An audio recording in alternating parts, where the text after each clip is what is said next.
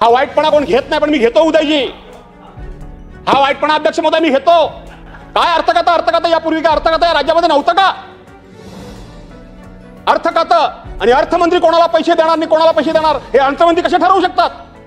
आज तुमची चालली मस्ती, आज तुमचं हे सगळं चाललंय ते जीएसटीचा पैसा तुम्हाला येतो म्हणून हे सगळं चाललंय. भाजपवाले सुद्धा अर्थ खात्याबद्दल तक्रार करतायत, शिवसेनेवाले सुद्धा अर्थ खात्याबद्दल तक्रार करतायत. करून करून काय करणार आहात तुम्ही? करणार काय आहात?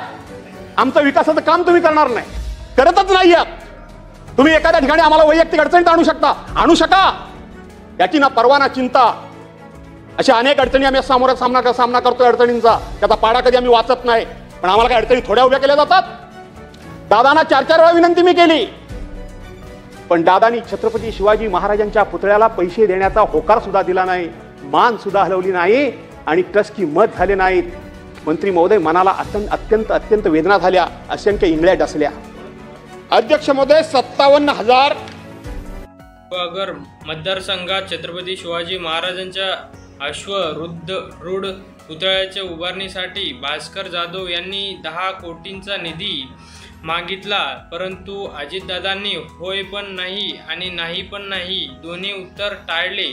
त्यावर जाधवांनी संताप व्यक्त केला आणि कशा प्रकारे असं चालू आहे तर आपणही या माध्यमातून आपल्या कमेंट बॉक्समध्ये आपलं मत नोंदवू.